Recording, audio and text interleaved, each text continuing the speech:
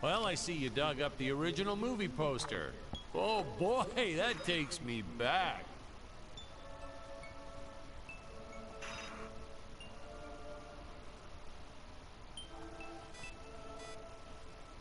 Wait, whose volume does that control?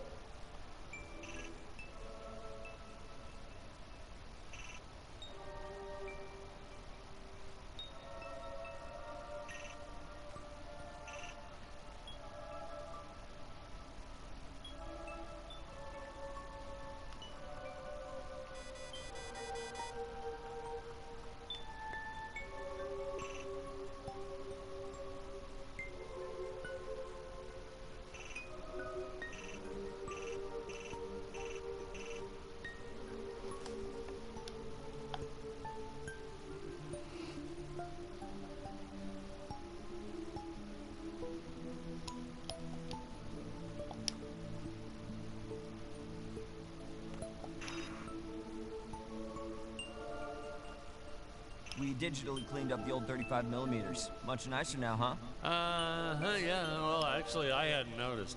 It looks all right.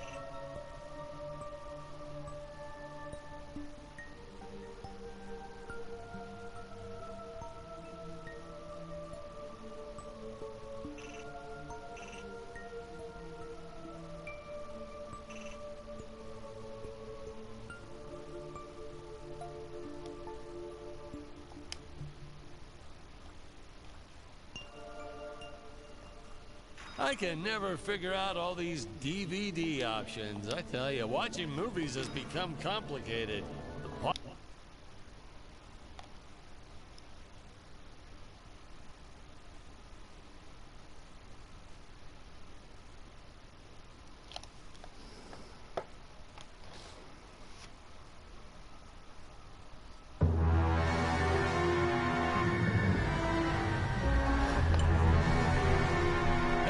Dan Smith here. I directed this film back in, well, it feels like a century ago. Yeah. The studio asked me to provide a commentary track for the DVD release. And wham! Straight into the action. No fluff or anything. That's what we did back then. Crash-landed ship. Out pops our hero, the fearless Dick Starspeed.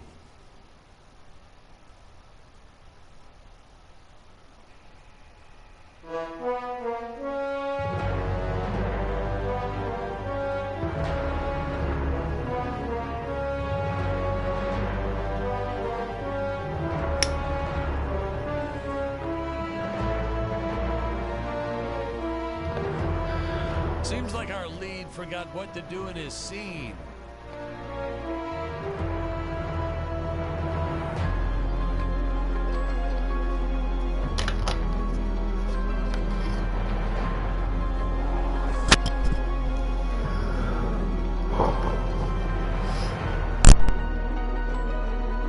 I was trying to push a new style of filmmaking. Have the hero do absolutely nothing from time to time.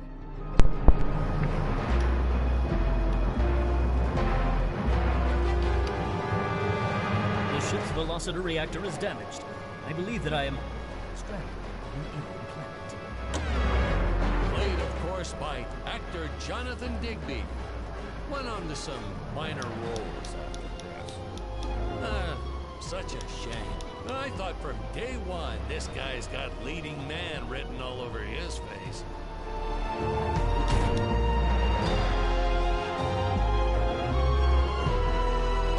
Citizens of...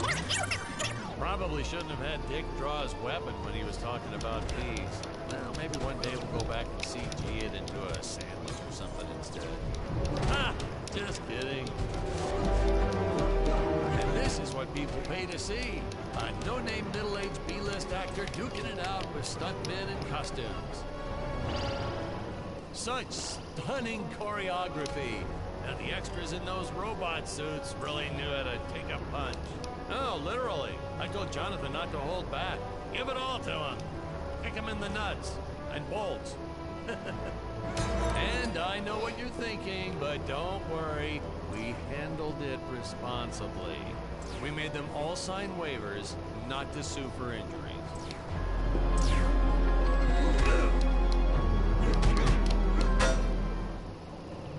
Holy smokes!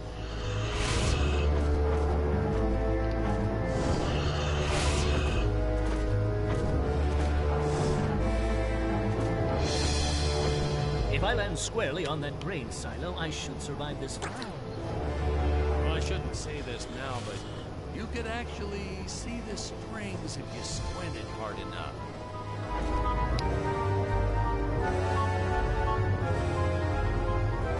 A screenwriting trick from back in the old days. You put a grain silo or some haystacks down and it solves all your gravity-related problems.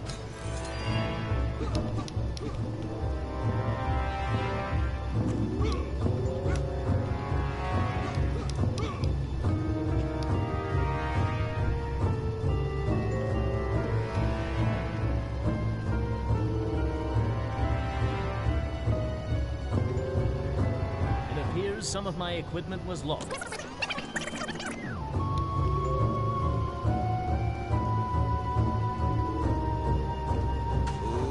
Ooh, the fearless sea monster, always patrolling the shore, That's eagerly assassin awaiting for his guy. next meal.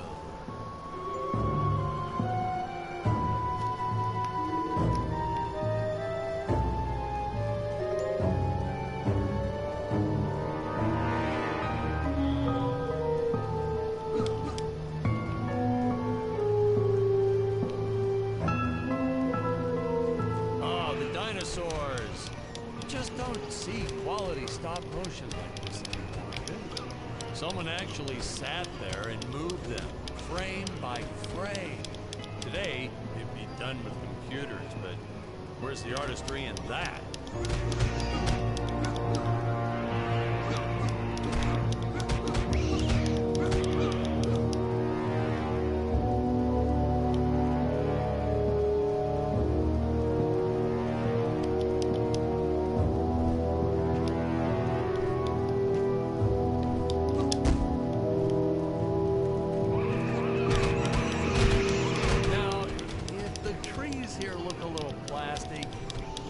Because they are.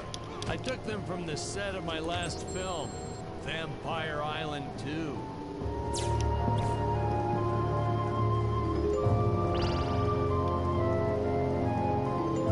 We got our fair share of nasty letters from scientists complaining about our portrayal of the dinosaurs. Was news to me. Apparently these stegosauruses weren't meat eaters. Must have preferred shellfish or something. Wow, how do they know? That's what I say.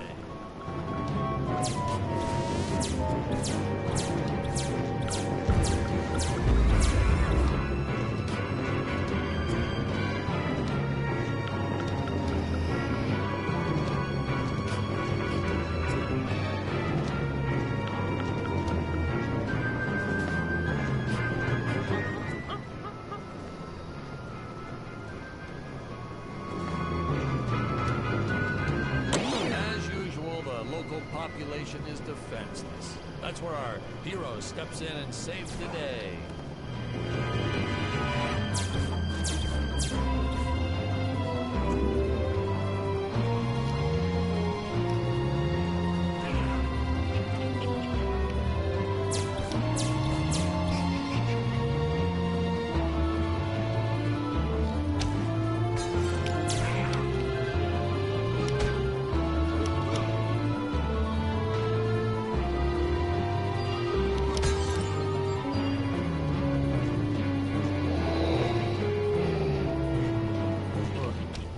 Jonathan threw a lot shooting this film. He wasn't the best actor, especially when reacting to getting hit. He's what you call a flincher. So I told the stuntman to really just go to town on him. It's the only way to get an honest performance sometimes. Our props master tried to make the weapons soft, but there's only so much you can do. Lucky for us, Dick's entire body was covered in that spacesuit. That thing was a lifesaver when it came to hiding bruises.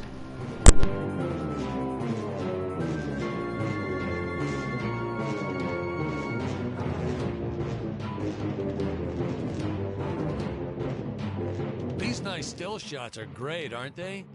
Just hold still, leave the camera way back like that, admire the music and the set pieces.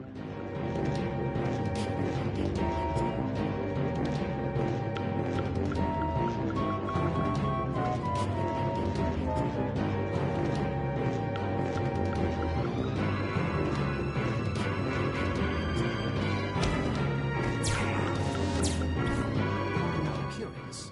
Into what appears to be gold. You'll notice the gold disappears when Dick touches it. We had a deleted scene that explained he's actually teleporting it back to his ship. It's funny, no one ever questioned how Dick was able to walk around with an infinite amount of gold on him.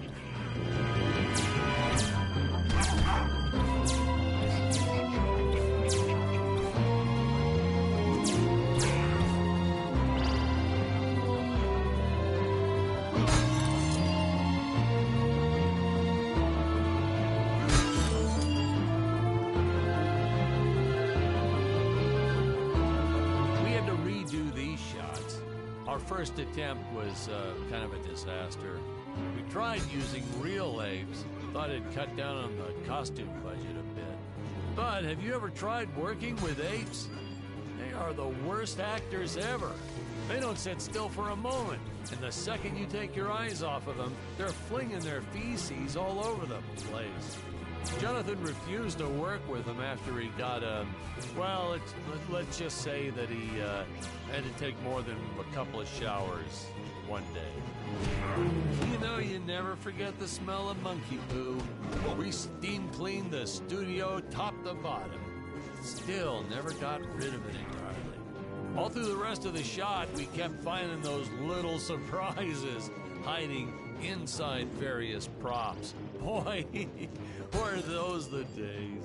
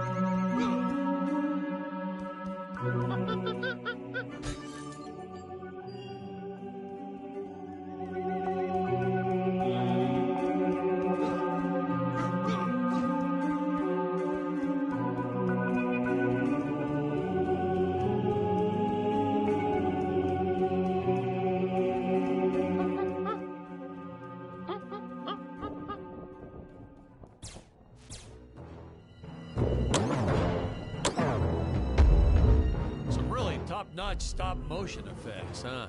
Unfortunately, we skimped on the Dick Starspeed puppet a little. The Earthman is not for you to eat, fiend! Well, this was groundbreaking. We had the woman rescuing the man for once. We were really ahead of our time with this scene, but well, then again, I've always been rather progressive.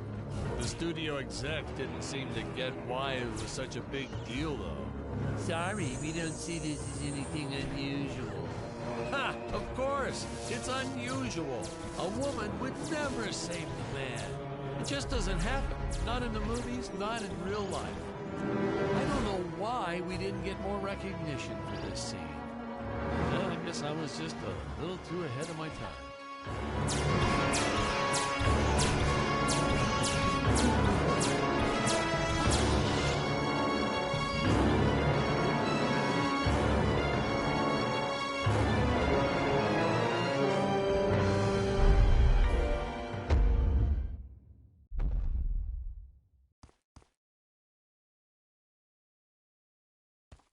Thank you for saving me, strange woman.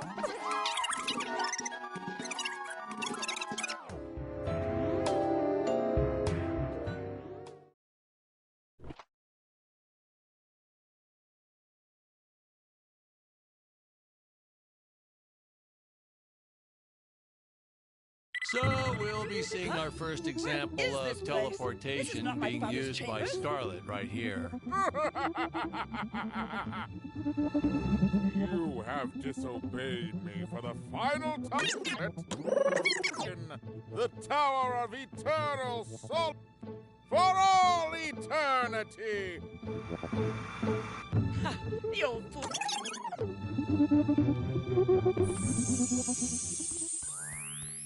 Booster usage. Jump. Wait. Wait. You survived deadly fall.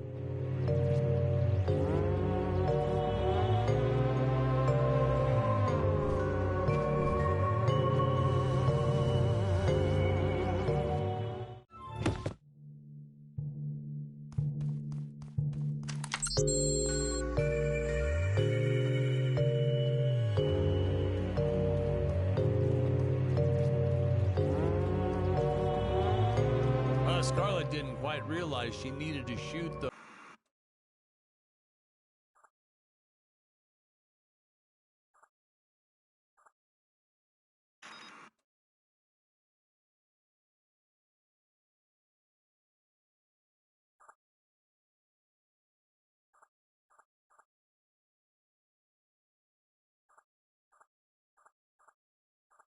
those energy orbs down below. Keep in mind, Stacy was doing this on a soundstage, okay?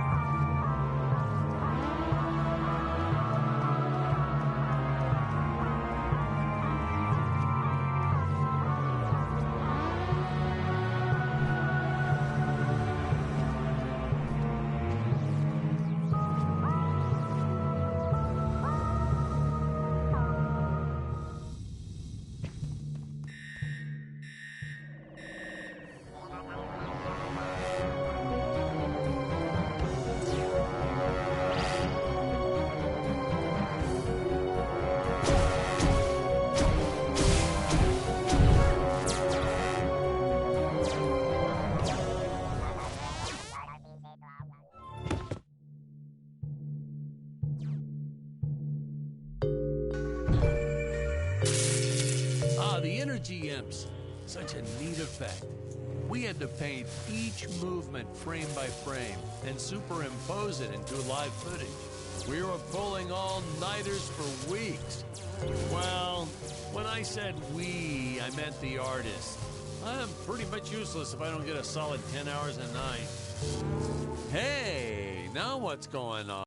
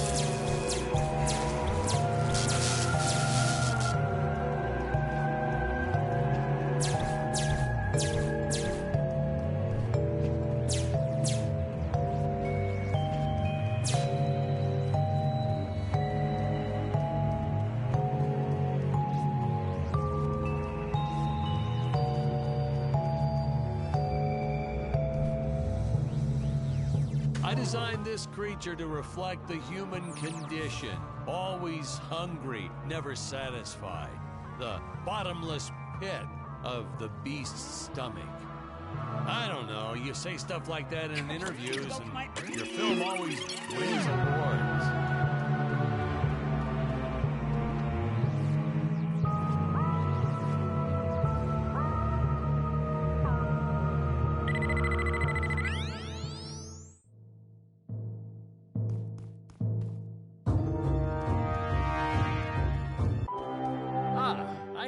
Return. Oh, I can trust. Oh, this scene. This is practically Shakespeare in outer space. Just as the entire planet does. And, huh? Patrick, what's wrong with the video? Sorry, sir. Technical problems. Darn it, we're missing some really good writing here. There. Sorry about that. Well, we just passed right by her big scene.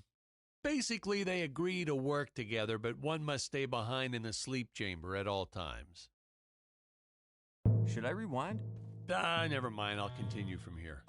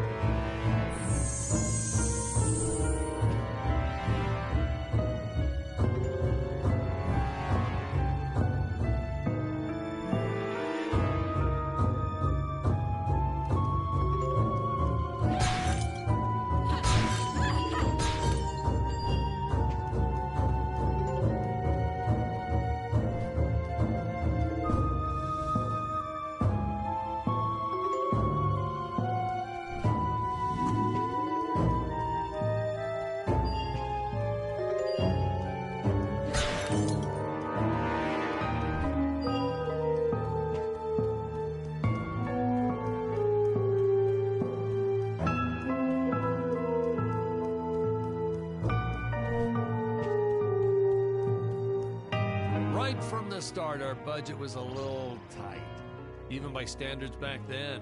To make do, Tony shot a couple scenes in black and white. Originally, he intended to use it for flashbacks.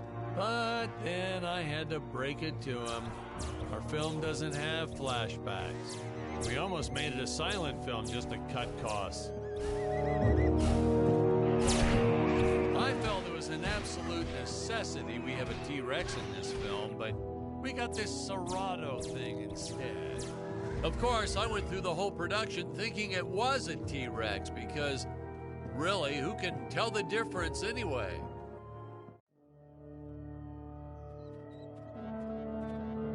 It would appear that now is the time for us to climb the Deadly Tower of Monsters.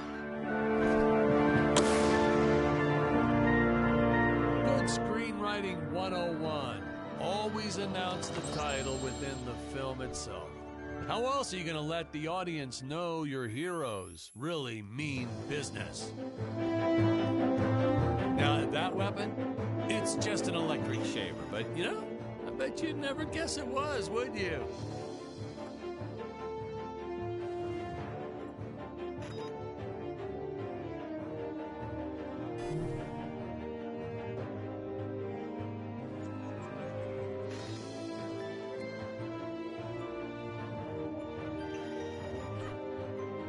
They look so futuristic.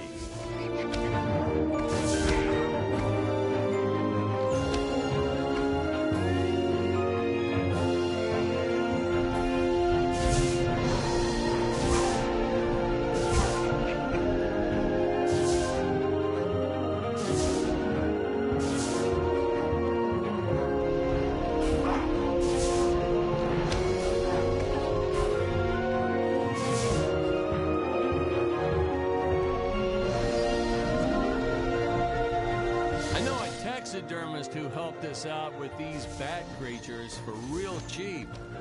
He's not good. He's kind of sloppy if you want to know the truth. But that's the best part.